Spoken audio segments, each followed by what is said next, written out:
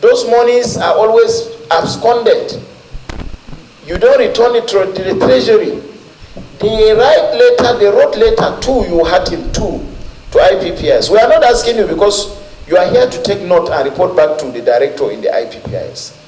For you to capture the people that follow due process in recruitment, but you refuse.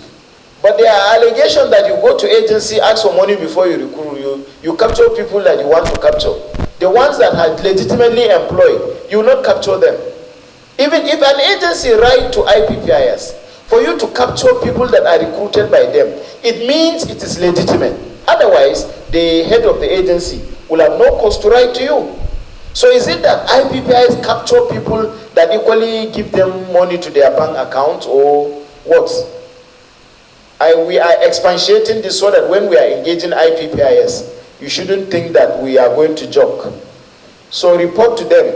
They should take note when they are appearing before us. They will provide explanation to some of these things. Before I come to your employment of 140, where you have almost 38 from one state. I have it here. Of 20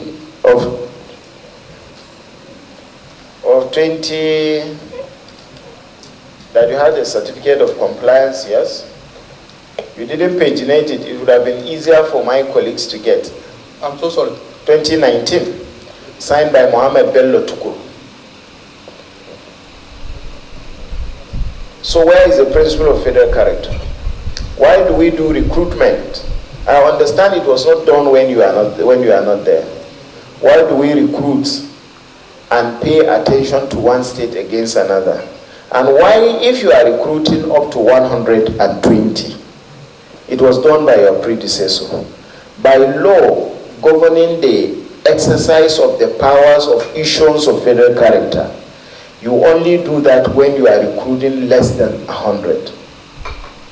I think 50. And when there is desperate need for you to have those staffs immediately, otherwise the agencies may collapse, then you have every reason to apply for federal character. Commissioner? Yes, he's here. He's an expert in federal character. Now, agencies make it a right to apply. Even the last agency that we suffocated him on the employment of 50, which is within the powers of, within the right to be given waivers. So now, your agency in 2019 was recruiting 120. By law, it is above 100. You cannot do it without advertisement. And you decided to go and collect waiver. Was the reason of this obtainance of waiver based on your predecessor meant to give, to favor some particular states, or it was in the spirit of abusing the Nigerian national unity? Can you talk to us about the 2019 recruitment before we go to the next one? Okay, like you rightly pointed out, I wasn't actually there to take a decision when such was made. Like all the details you mentioned as to when the number exceeds a certain threshold that you must advertise. So I wasn't privy to what was done that time. Members should resolve something to satisfy the mandate given to us and to have a comprehensive records and reports at the end of the day. I think agencies need to give us, going forward, agencies that will appear before us that have no analysis of their nominal role. Aside of giving us the nominal role, do the analysis. Abia, how many? Kano, how many? Lagos, how many? If we have that, we will be able to know that yes, there is imbalance in your agency. Going forward, if there is going to be a future recruitment, on the basis of the imbalance, it should be addressed in the future. That will help us. So on this note, you give us an addendum to this report. Just, sir, it's not for anything. I have said it clearly, I'm on record. It's for us to identify the gap that exists in all agencies. And if we know the gap, we can now tie you to, should you be granted an approval to employ, consider the injustice meted to other states and address them so that there will be a kind of similarity of balance sheet in terms of state representation in that agency. And two, will compel you to advertising those slots to the general public so that the son of nobody will have the opportunity to apply. Perhaps you see him with first class, you see his performance during your interview to be super, and then you recruit him to have the best in those agencies. So I'll give you from now to Friday, give us that summary of the addendum, then we interact with you on Monday. Okay, thank you so much, sir. Thank you. Do we need from your state? Going through your list of recruitments 2019, number 72, there's one Adeleke. The local government is Yagba East, and you put it as Oyo State. Do I put it to you that it's an attempt to deceive Nigerians, or you have explanation for that? Yagba East is in Kogi State. You are what? Yagba East. Yes. And they put it as Oyo State. Number 72 on 2019 recruitment list. Just correct it. If it's a wrong typographic. Are you a creation of law, or you are just a department in the Ministry of Foreign Affairs?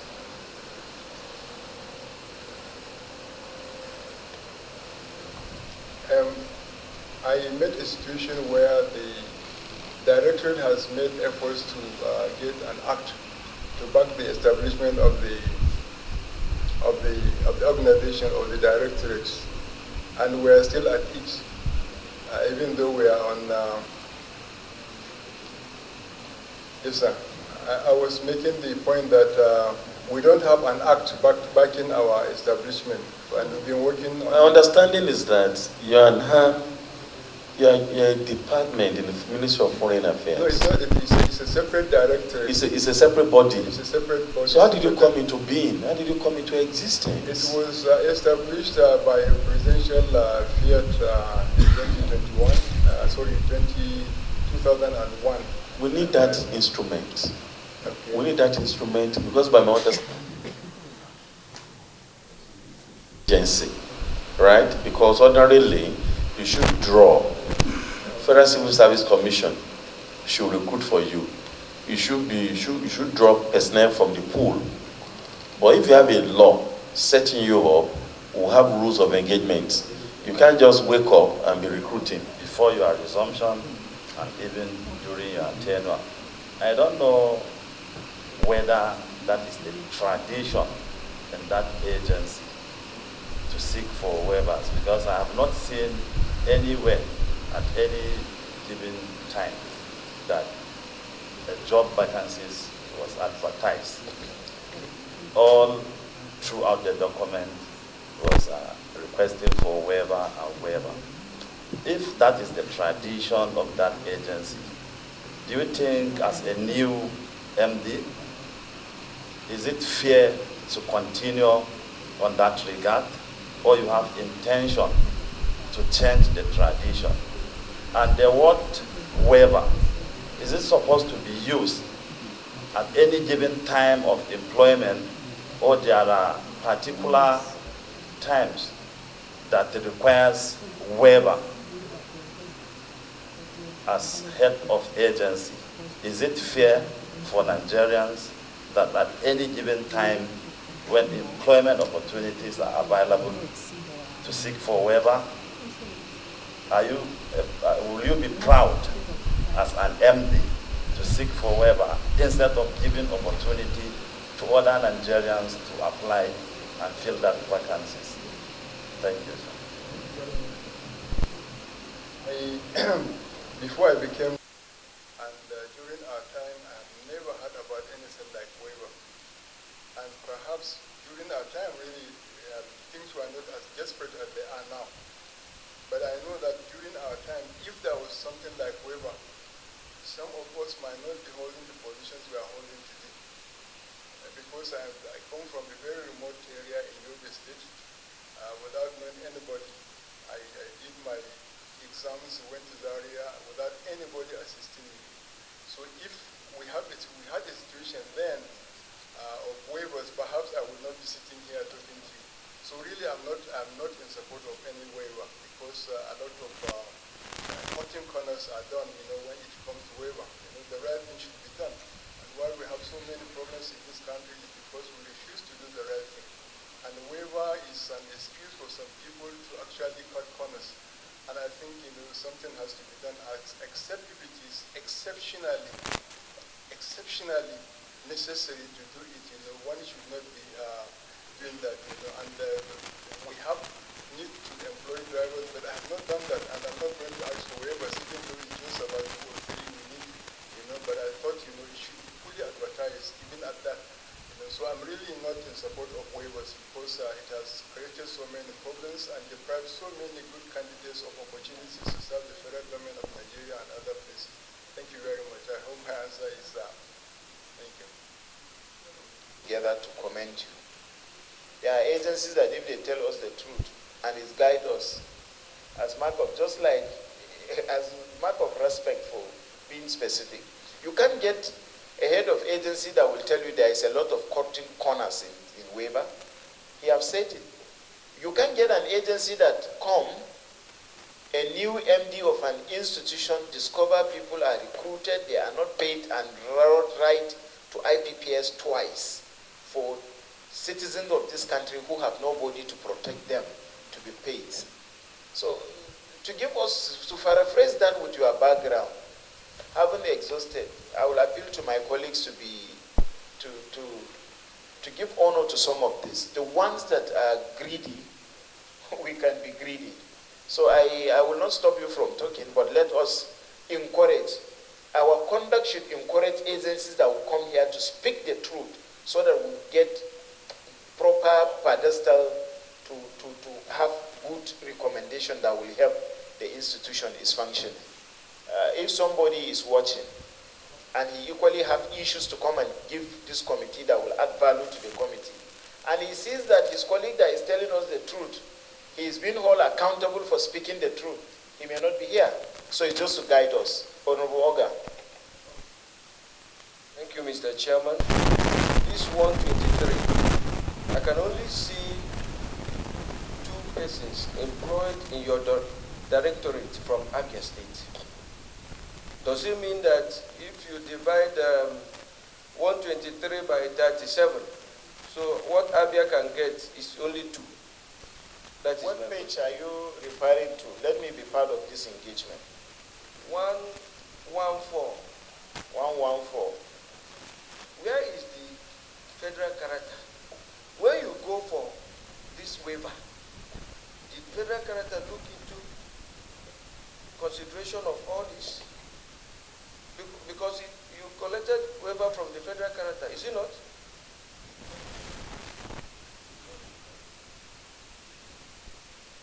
I am from a remote village in Yobe State. This waiver that we are suffocating him about, if there was waiver, I wouldn't be where I am today. And clearly, and he was not the one that did it, and clearly acknowledged to you that he is not in support of waiver. It means he identify and appreciate the disparity and the fraud embedded in waiver. But be that as it may, my responsibility as the chairman of this committee is to guide the members and guide our invitees. It's not to stop people from asking questions. We are doing it public. That is why my opinion in terms of guiding the committee too is equally made public. I will allow members to ask you, but let us be guided. So that tomorrow, we are dealing with civil servants. If I am here, even if it is we, I appear before you and I tell you the truth, and we keep on pushing, and I have someone that we need to appear. He watched the videos of you pushing someone that speak the truth. Do you think he will be here? Even if he will be here by law, he have to. But would you hear what he expect to hear from? He won't tell you what you are supposed to hear. So I allow members again, ask the question you want to ask, but let us be guided. Respond to those questions they ask you. Respond to them. The state representation would have definitely been different, because I will try to be as fair as possible. But this is something I'm not proud of, honestly, to say that some states are poorly represented while some states are overrepresented. It's not something that that definitely would have happened under my watch. And if for any reason I am going to do any recruitment, for which is not even possible because we are already overstaffed. This is an agency that has existed for almost 20 years with less than 100. And then in one fell swoop, we had over 100 people recruited, you know. I mean, it's definitely an over-establishment, but then so be it, because it is there and the people there are being paid salaries. You know, yes, I accept that this is what I meant, you know, but we have to admit that it is wrong, you know, it is there, you know, but I don't know the circumstances under which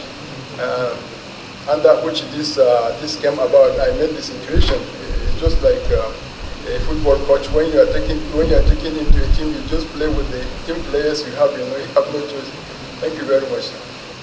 Mr. Chairman, can I colleagues here who have been in the directorate for long. The gentleman immediate right was the acting DG before I took over, and Mr. Shaku has been in the Human Resources Department since he joined the service, except over the last year or so, he moved to IOD. So perhaps if there are any explanations to be done, you know, the head of Human Resources here too, but he has been in and out of it, you know, but then we have the former acting DG, and then this is the doyen, as we say in diplomacy, because he has been in that department the longest. So perhaps he will be able to also explain a few things that I am not privy to, or I don't know. Thank you. Do you have anything to say in addition to what your MD said? If you have, go ahead. Actually, I very sincerely appreciate the opportunity and the presentation of my Director General. It has even given us an impetus to further understand the fact that whatever has been done previously, which obviously had some defects, he has appeared before and made it clear to the committee that he's a corrective Director General, in which whatever had been done previously wrong, he is here to correct. As a staff of admin, over time, I was in the pool of the Human Resource Office, and basically I cannot say, or I cannot understand more than what my director or my superiors understood at the time I served in the Human Resource Department. But I think under his leadership, I think we are on the right path to correct all the wrongs that were done before him. And I think he has made it clear before this committee. And we are very much going to support him on that. Thank you. Thank you. We have heard from you that there are imbalances. We have equally admitted that it is not right. In the future, under our watch, we are going to do the right thing. So we commend you for that, and we encourage other MDAs to own up if there are defects, so that we just correct the wrongs and move forward. Thank you. You may take your leave, please.